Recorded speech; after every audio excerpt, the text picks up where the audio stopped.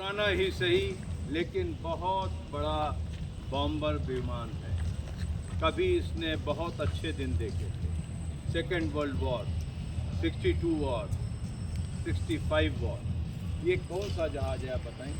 General Rathore, ये second world war का made in America B-24 liberator bomber विमान है। ये उस जमाने में स्ट्रेटेजिक बॉम्बर माने जाते थे। खास बात यह है कि ना सिर्फ ये दुश्मन के ऊपर बम गिरा सकते थे, वरन लॉन्ग रेंज या टॉर्पीडो लेकर समुद्र में एंटी शिपिंग रोल में भी इनका इस्तेमाल होता था।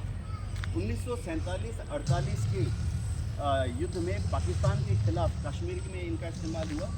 1965 के युद्ध में भी इसने बहुत शानदार हमला किया दुश्मन पर। 1971 के युद्ध के बाद इसे रिटायर कर दिया गया। खास बात यह है कर्नल राठौर कि इस बॉम्बर विमान में अगर आप देखें, नाक के सामने यानी चोंच के सामने 2 मशीन गन 20 मिलीमीटर की कैनन लगी हुई हैं। इसी तरह से 2 20 मिलीमीटर की कैनन इसके टेल में यानी पूंछ में भी लगी है।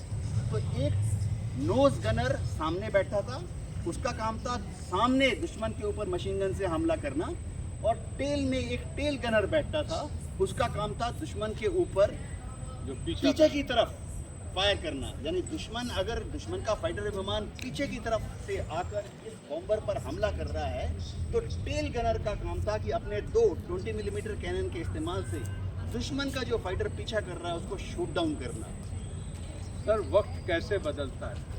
आप देख रहे हैं इतने बड़े जहाज में टर्बो प्रॉप इंजन लगे हुए हैं। आज कोई भी जहाज जेट इंजन के बगैर अधूरा है, और छोटी एयरफोर्सों में बॉम्बर का रोल ही ख़त्म हो गया। आजकल बॉम्बर दिखते नहीं।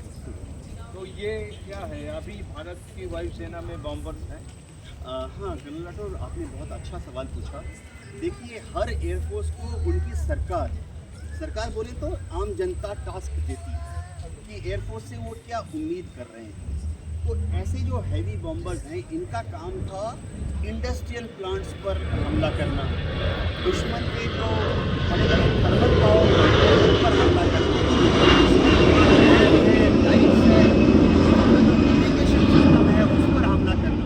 सबसे बड़ी बात है, बड़े बड़े जैसे दुश्मन के रेलवे मार्शलिंग यार्ड हैं, दुश्मन के शहर हैं, उन पर हमला करना। तो भारत सरकार ने फिलहाल इंडियन एयरफोर्स को बोला है कि भविष्य के किसी भी युद्ध में आने वाले दशकों में हमारी एयरफोर्स को ऐसा कोई रोल नहीं मिलेगा कि हमें दुश्मन के शहर पर या दुश्मन के न्यूक्लियर पावर प्लांट पर या दुश्मन के रेलवे मार्शलिंग यार्ड पर या दुश्मन के जो डैम्स डाइक्स हैं या उनका जो इरिगेशन सिस्टम है उन पर हमला करें। लेकिन हमारे फाइटर एयरक्राफ्ट भी तो डुअल रोल में है, फाइटर बॉम्बर। डेफिनेटली हमारे पास जैसे सुखोई 30 है, जगुआर है, ये बहुत ही अच्छे बमवर्षक विमान हैं और ज़रूरत के मुताबिक युद्ध के समय उनमें 2, 4, 8 बॉम्ब्स ले जा सकते हैं।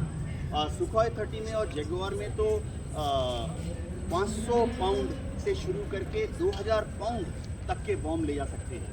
खास बात यह है कि हमारा जो युद्ध लड़ने का तरीका है कर्नल राठौर, हम युद्ध में कम से कम शुरुआती दिनों में सिर्फ दुश्मन के मिलिट्री टारगेट पर, दुश्मन के एयरफोर्स ठिकानों पर और दुश्मन के नेवी के ठिकानों पर ही हमला करने की योजना करते हैं। सर, यहाँ पर कुछ हेलीकॉप्टर भी खड़े हैं। हाँ। क्यों ना उनके बारे में बात की जाए? Sure colonel Rathore,